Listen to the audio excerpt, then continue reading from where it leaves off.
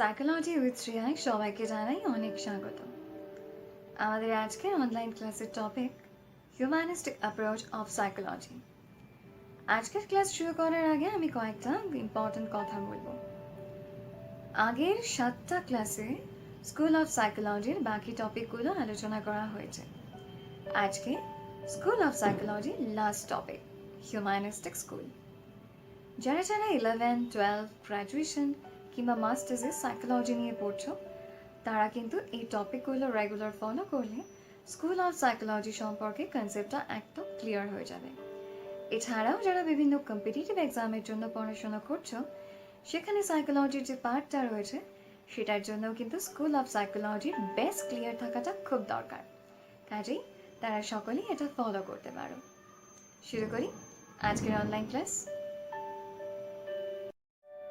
Humanistic approach অর্থাৎ মানবিক দৃষ্টিভঙ্গি, এটি হলো সাইকোলজির third force. First force behaviourism, second psycho analysis and third humanistic.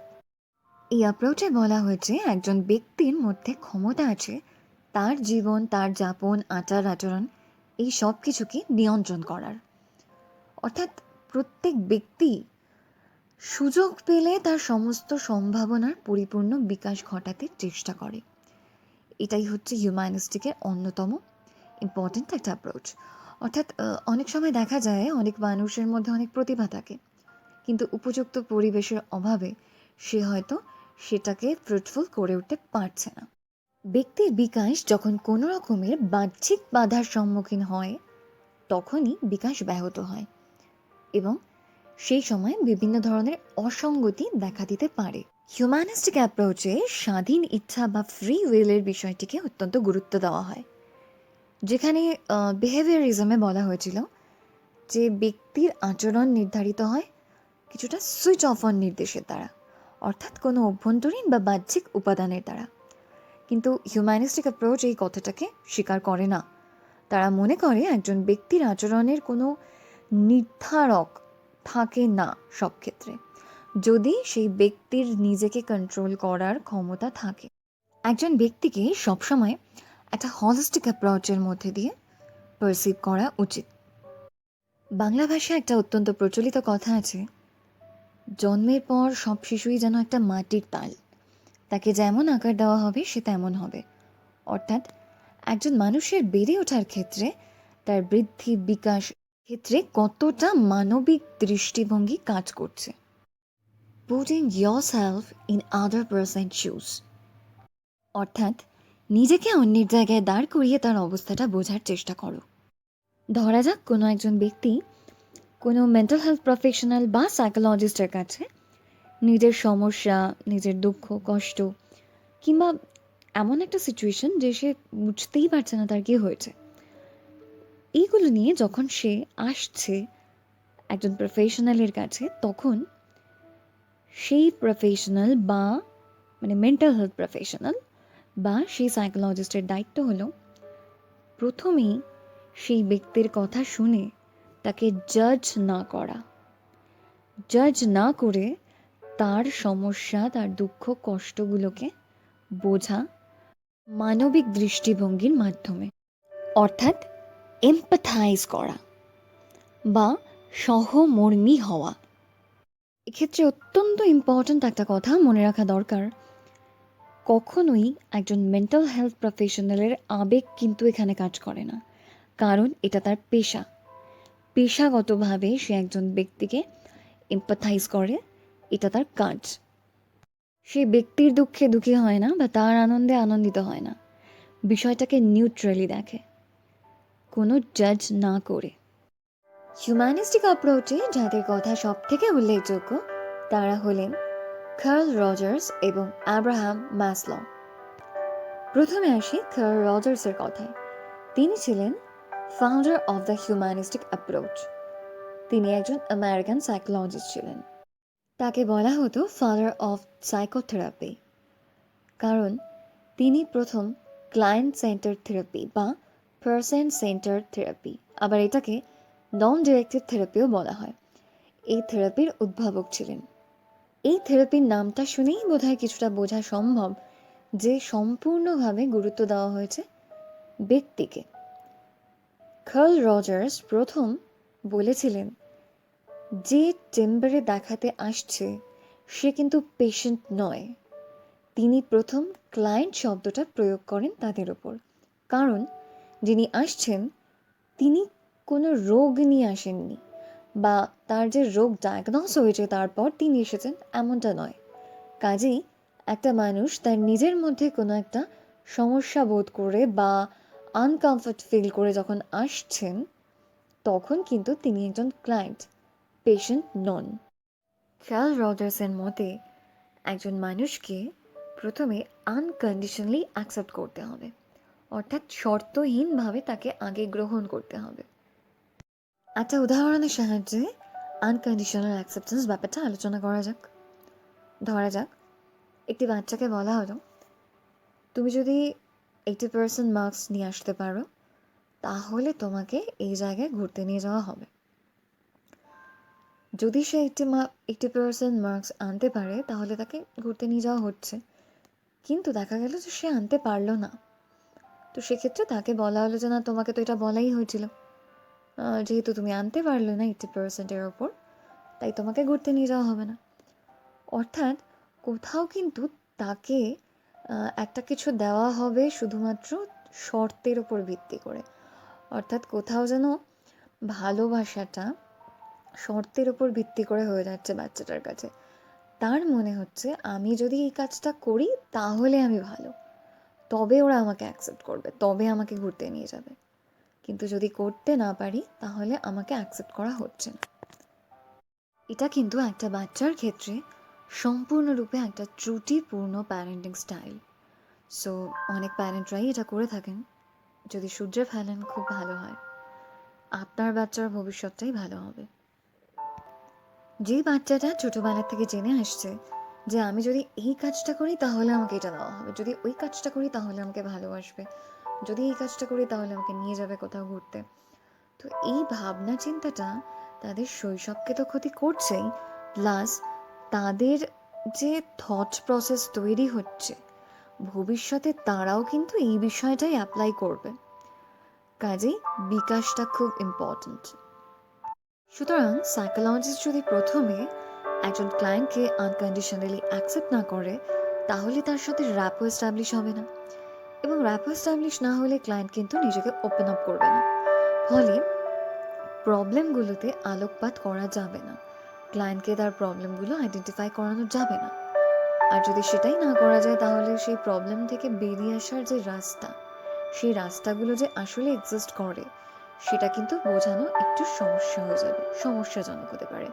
কারণ সাধারণত যেটা হয়, একটা মানুষের সামনে অনেকগুলো রাস্তা থাকে, মানুষটা হাঁটতে গিয়ে যে রাস্তাতে ধাক্কা খেয়ে সে যেহেতু হতাশ বোধ করে, সে আর রাস্তাগুলো দেখতে পায় না, কিন্তু রাস্তাগুলো আছে। সাইকোলজিস্ট সেই রাস্তাগুলো তাকে দেখাতে হেল্প করে, দেন সেই মানুষটা নিজেই নিজের সমস্যার সমাধান করতে সক্ষম হয়। কার্ল রজার্স তার থিওরিতে দুটো মেজর কনসেপ্টের কথা বলেছেন। একটা হলো রিয়েল সেলফ অ্যান্ড সেকেন্ডটা হচ্ছে আইডিয়াল সেলফ। এবার এই দুটো জিনিস কি একটু জানা যাক। রিয়েল সেলফ হচ্ছে একটা মানুষের প্রকৃত সত্তা, যা নিয়ে সে তৈরি, তার মধ্যে যা কিছু আছে সেটা নিয়েই তার রিয়ালিটি, সেটাই তার রিয়েল সেলফ। আইডিয়াল সেলফ হচ্ছে একটা মানুষ যেটা চায়, বা তার আশেপাশের লোকজন বা তার সোসাইটি, তার ফ্যামিলি তাকে যেভাবে দেখতে চায়, অর্থাৎ যেটা আইডিয়াল, সেটা হচ্ছে আইডিয়াল সেলফ। এবার সমস্যাটা শুরু হয় সেখানে যখন মানুষ তার রিয়ালিটিকে অ্যাকসেপ্ট করতে পারছে না, সে তার আইডিয়াল সেলফকে রিয়েল সেলফ বলে ভেবে নিচ্ছে, তখন তার আইডিয়াল সেলফটাই রিয়েল সেলফে পরিণত হচ্ছে, এবং এর ফলে একটা অসাম্যতা দেখা দিচ্ছে। আর এই অসাম্যতার থেকেই বিভিন্ন ধরনের মানসিক সমস্যার সূত্রপাত ঘটে। এইরকম উদাহরণ কিন্তু আমরা প্রচুর দেখে থাকি। একটা মানুষ তার নিজের বাস্তবতা যেটা, রিয়ালিটি যেটা সেটাকে অস্বীকার করছে, করে সেটা যে চাইছে, তার আইডিয়াল যেটা, সেটাই তার কাছে রিয়ালিটি হয়ে দাঁড়াচ্ছে। কিন্তু বাস্তবে যেহেতু সেটার অস্তিত্ব নেই, সুতরাং অসাম্যতা দেখা দিচ্ছে। আর তার ভাবনা, চিন্তা, আচার আচরণ সব কিছুতে অসাম্যতা আসছে। এবং তখন সেই ব্যক্তি বা তার আশেপাশের বিভিন্ন মানুষের মধ্যে একটা সমস্যা তৈরি হচ্ছে। এমনকি অনেক ক্ষেত্রে দেখা যায় যে সেই ব্যক্তির ফ্যামিলি মেম্বাররা খুব ক্ষতিগ্রস্ত হয়, যার জন্যেই তখন তারা একটা প্রফেশনাল হেল্প নেয়। এবং অবশ্যই আশেপাশে এরকম কোনো মানুষকে দেখলে তাকে একটা প্রফেশনাল হেল্প নেওয়ার অ্যাপ্রোচ করা উচিত। এবার এই যে অসাম্যতা, সেটা দূর হতে পারে কি করলে, বা রিয়াল সেলফ আর আইডিয়াল সেলফের মধ্যে যে গ্যাপ তৈরি হচ্ছে, একটা মানুষ কি করলে সেই গ্যাপটা কমতে পারে, বা এই অসাম্যতা তৈরি হবেই না কি করলে। যদি একটা মানুষ সেলফ অ্যাকচুয়ালাইজ করতে পারে, তাহলে কিন্তু এই অসাম্যতা দূর হতে পারে বা অসাম্যতা তৈরি হবে না। ধরা যাক কোনো একজন ব্যক্তি এমন একটা কাজ করতে চায়, সেটার জন্য তাকে এমন জায়গায় রিচ করতে হবে যেটার এবিলিটি তার নেই। বিষয়টা এমন হতে পারে, সে যে কাজটি করতে চাইছে সেই কাজের জন্য তাকে অন্ততপক্ষে 6 ফুট উচ্চতা সম্পন্ন হতে হবে, কিন্তু তার উচ্চতা 5.8। সেক্ষেত্রে সেই কাজটির যোগ্য বলে তাকে ধরা হচ্ছে না, কারণ ওই কাজের জন্যে যা ক্রাইটেরিয়া দরকার সেটা তার নেই। তাহলে তার রিয়ালিটিকে যদি সে অ্যাকসেপ্ট করে নেয় তাহলে ঠিক আছে, কিন্তু তার রিয়ালিটিকে সে অ্যাকসেপ্ট করতে পারছে না, সে যেটার যোগ্য নয় সে মনে মনে ওটাকেই আইডিয়াল ধরে বসে আছে এবং সে ওইখানেই রিচ করতে চায়। সেক্ষেত্রে খুব স্বাভাবিকভাবেই একটা অসাম্যতা দেখা দেবে, বিভিন্ন ধরনের সমস্যা দেখা দেবে। ধরা যাক কোনো একজন ব্যক্তি সিঙ্গার হতে চায়। সিঙ্গার হতে গেলে তাকে যা করতে হবে সেটা হলো সঙ্গীত সাধনা। সেই সাধনাটা যদি সে প্রপারলি করে, তবেই কিন্তু সে তার আইডিয়াল সেলফে রিচ করতে পারবে। কিন্তু যদি দেখা যায় যে ব্যক্তি হতে চায় সিঙ্গার, অথচ সে কোনো অনুশীলন করে না, কোনো চর্চা করে না, সেটা নিয়ে পড়াশোনা করে না, অর্থাৎ সে সাধনা করছে না, সেক্ষেত্রে কোনোভাবেই ব্যক্তি কিন্তু তার আইডিয়াল সেলফে রিচ করতে পারবে না। এরপর আসবো spiritual father of humanistic psychology, অর্থাৎ আব্রাহাম ম্যাসলোর কথায়। তার থিওরির নাম হচ্ছে নিড হায়ারার্কি থিওরি, বাংলায় চাহিদার ক্রমোন্নতি তত্ত্ব। এই শব্দটাকে যদি ব্যাখ্যা করি তাহলে কি দাঁড়ায়? ক্রম মানে আমরা জানি যেখানে পরপর সাজানো, অর্থাৎ চাহিদারও একটা ক্রম আছে। সেই ক্রমটাকে মেনটেন করে তবেই মানুষ একটা জায়গায় রিচ করতে পারে, অর্থাৎ চাহিদাটা ক্রম অনুযায়ী বৃদ্ধি পেতে থাকে। এবার এই তত্ত্বের ব্যাখ্যায় আসি। ম্যাসলোর এই থিওরিতে 5টা নিড বা চাহিদার কথা বলা হয়েছে। এই ছবিটায় দেখা যাচ্ছে 5টা নিড, এটা কিন্তু নিচের দিক থেকে উপরের দিকে যাচ্ছে, অর্থাৎ ফিজিওলজিক্যাল নিড থেকে সেলফ অ্যাকচুয়ালাইজেশন নিডের দিকে যাচ্ছে। বিষয়টা ব্যাখ্যা করা যাক।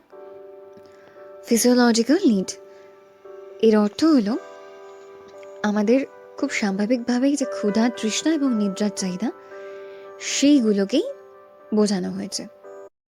যদি কোনো মানুষের এই চাহিদাগুলো পরিপূর্ণ হয়, অর্থাৎ ফিজিওলজিক্যাল নিডসটা পরিপূর্ণ হয়, তবেই কিন্তু সে নেক্সট স্টেপে যাওয়ার কথা ভাবতে পারে। আমরা যদি খুব স্বাভাবিকভাবে দেখি, যে মানুষটা খেতে পায় না সে কিন্তু আর বাকি চাহিদাগুলো তার লাইফের নেসেসিটি নয়। খেতে পেলে তবে তো সে পরেরটা ভাববে। আমরা কিন্তু চারপাশে দেখতে পাই প্রতিদিন যে মানুষগুলো শুধুমাত্র এক মুঠো অন্নের সন্ধানে প্রতিদিন প্রচুর কষ্ট করে, তারা কিন্তু মোটেও তখন বসে এটা ভাবে না তার কোন ক্রিয়েটিভিটিটা ফুলফিল হয়নি, তার মধ্যে কি পোটেনশিয়াল ছিল, বা ভাবলেও সেটা কিন্তু তারা তাদের চাহিদার লিস্টে রাখতে পারে না। কি করে রাখবে? কারণ তাদের বেসিক নিড, ফিজিওলজিক্যাল নিড, অর্থাৎ ক্ষুধা, তৃষ্ণা, নিদ্রা, এই নিডসগুলোই ফুলফিল হয়নি। তারা কি করে অন্যান্য বিষয়গুলোকে তাদের চাহিদার লিস্টে রাখবে? এবার আসি পরবর্তী চাহিদায়, সেফটি নিডস। সেফটি নিডস বলতে বোঝায় শেল্টার, অর্থাৎ যখন একটা মানুষ প্রপারলি খেতে পড়তে ঘুমোতে পায়, তবেই কিন্তু সে তার মাথার উপরে ছাদটার দিকে তাকাতে পারে যে সেই ছাদটা মেরামত করা আছে কিনা, কোথাও বৃষ্টির ফোঁটা সেই ছাদ বেয়ে পড়ছে কিনা দেয়াল ভেদ করে, তবেই কিন্তু পারে। যার ক্ষুধা তৃষ্ণা নিদ্রার চাহিদা সম্পূর্ণ হয়নি, সে কি করে শেল্টার বা সেফটি সিকিউরিটির কথা ভাববে? এরপর আসে তৃতীয় চাহিদা, লাভ অ্যান্ড বিলঙ্গিংনেস, অর্থাৎ স্নেহ ভালোবাসার চাহিদা। এই দুটো চাহিদা ফুলফিল হলে তবেই কিন্তু একটা মানুষ এই চাহিদাটা তার লিস্টে রাখতে পারে। কিন্তু যে ব্যক্তি খেতে পড়তে পারছে না প্রপারলি, যার মাথায় একটা ছাদ নেই, প্রপার সিকিউরিটি নেই, সে কি করে স্নেহ ভালোবাসা বন্ধু পরিবার এগুলো নিয়ে অনেক বেশি ব্যথিত হবে? আমরা কিন্তু চোখের সামনে অনেক ব্যক্তিকে দেখতে পাই যারা কাজের জন্য নিজের পরিবার পরিজন ছেড়ে অনেক দূরে থাকেন। অর্থাৎ তারা কিন্তু তাদের ফিজিওলজিক্যাল নিডটা ফুলফিল করছে, নিজের লাইফটাকে সিকিওর করছে, সেসব করে ছুটি পেলে তবে কিন্তু সে ফ্যামিলির কাছে এসে থাকতে পারছে। অর্থাৎ আগের দুটো স্টেপ ফুলফিল হলে, দুটো চাহিদা ফুলফিল হলে তবে কিন্তু সে স্নেহ ভালোবাসা পরিবার পরিজন নিয়ে ভাবতে পারে। আবার এটাও দেখা যায় অ্যাডোলেসেন্সের পর, অর্থাৎ কৈশোরকালের পর, বা ধরা যাক যেই সময় থেকে মানুষ তার পেশাগত জীবনে প্রবেশ করে বা আত্মনির্ভর হয়, সেই সময়তে মানুষ কিন্তু সাধারণত নিজের জীবনটাকে আগে সিকিওর করে, তাদের ফিজিওলজিক্যাল নিডটা পরিপূর্ণ করার চেষ্টা করে, তারপর তাদের সিকিউরিটি নিডসটাকে পরিপূর্ণ করার চেষ্টা করে, দেন তারা ফ্রেন্ডশিপ, লাভ, ইন্টিমেসি, রিলেশনশিপের মধ্যে জড়ায়। এই তিনটে চাহিদা যার পরিপূর্ণ হয়ে গিয়েছে, তবেই সে চতুর্থ চাহিদার দিকে ধাবিত হয়, অর্থাৎ সেলফ এস্টিম, যার বাংলায় অর্থ হচ্ছে আত্মসম্মানের চাহিদা। ক্ষুধা তৃষ্ণা নিদ্রার চাহিদা সম্পূর্ণ, যার লাইফে সিকিউরিটি আছে, যার লাইফে স্নেহ ভালোবাসা সবটা আছে, তারপর কিন্তু সে এটা চাইতেই পারে যে বাকি মানুষগুলো আমার রেসপেক্ট করুক, আমাকে স্বীকৃতি দিক, আমার কাজের স্বীকৃতি হতে পারে সেটা, বা যে কোনো কিছুর স্বীকৃতি হতে পারে। ব্যক্তির মধ্যে একটা রেকগনিশনের চাহিদা তৈরি হয়। এবার আসবো একেবারে শেষ চাহিদায়, সেলফ অ্যাকচুয়ালাইজেশন নিড, অর্থাৎ আত্ম উপলব্ধির চাহিদা। আগের চারটে চাহিদা যার পরিপূর্ণ হয়ে গিয়েছে, সেই কিন্তু সেলফ অ্যাকচুয়ালাইজ করতে পারবে বা করতে চাইবে।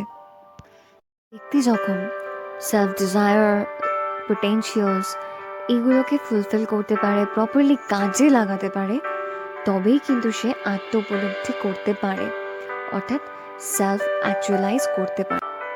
সাইকোলজির অন্যান্য মতাদর্শের মতো এই মতাদর্শ নিয়ে অনেক রকমের ক্রিটিসিজম থাকলে অধিকাংশ ক্ষেত্রে এই মতাদর্শই গৃহীত হয়েছে। এবার আরেকটা খুব গুরুত্বপূর্ণ পার্ট আলোচনা করব, যেটা আমাদের বাস্তব জীবনে ভীষণভাবে অ্যাপ্লিকেবল। কার্ল রজার্স বলেছিলেন, যারা ফুললি ফাংশনিং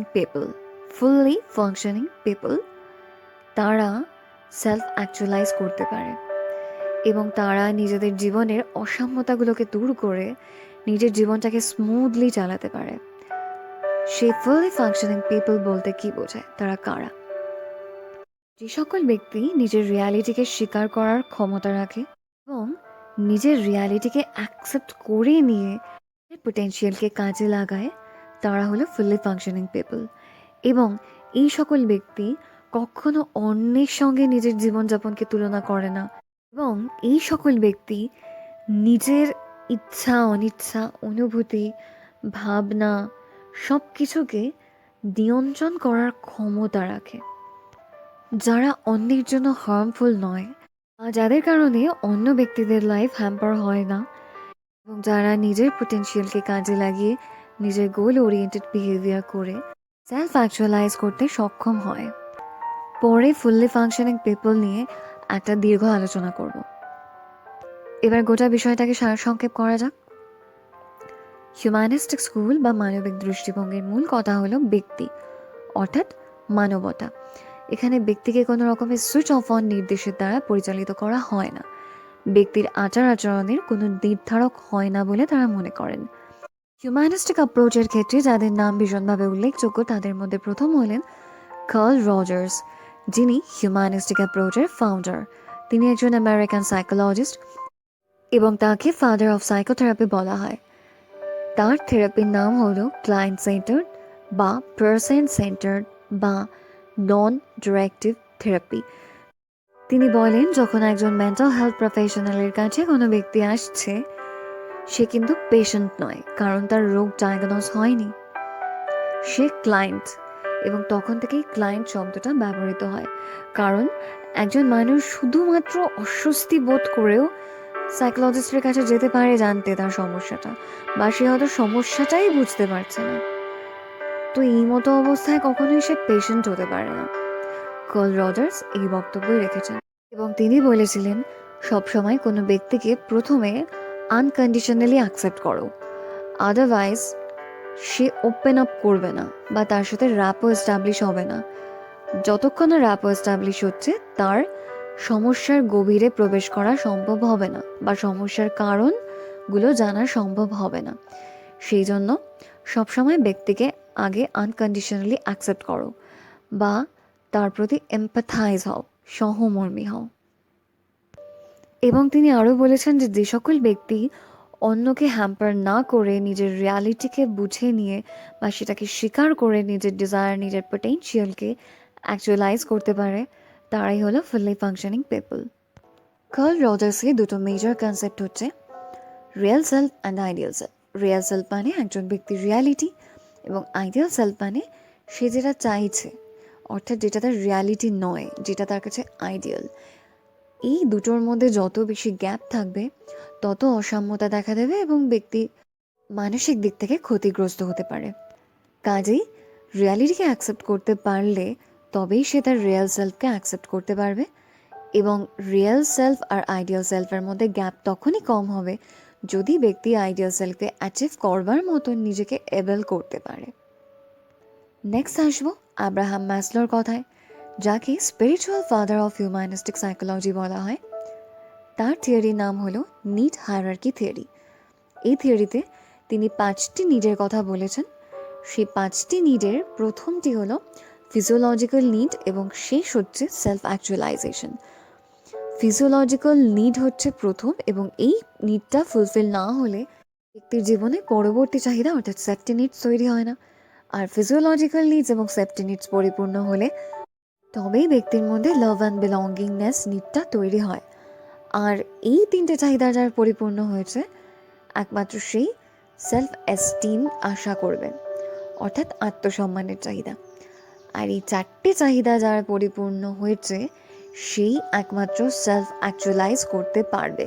একটা বিষয় কিন্তু ভীষণভাবে পরিষ্কার এই হিউম্যানিস্টিক অ্যাপ্রোচের থেকে, ব্যক্তি যদি নিজের রিয়ালিটিকে স্বীকার করতে না পারে, তাহলে খুব স্বাভাবিকভাবে তার জীবনে অসাম্যতা দেখা দেবে এবং তার পরিবার পরিজন, তার আশেপাশের পরিবেশ, তার কর্মজীবন বা তার স্কুল, কলেজ, ইউনিভার্সিটি যাই হোক না কেন, সে সব কিছুই কিন্তু ক্ষতিগ্রস্ত হবে।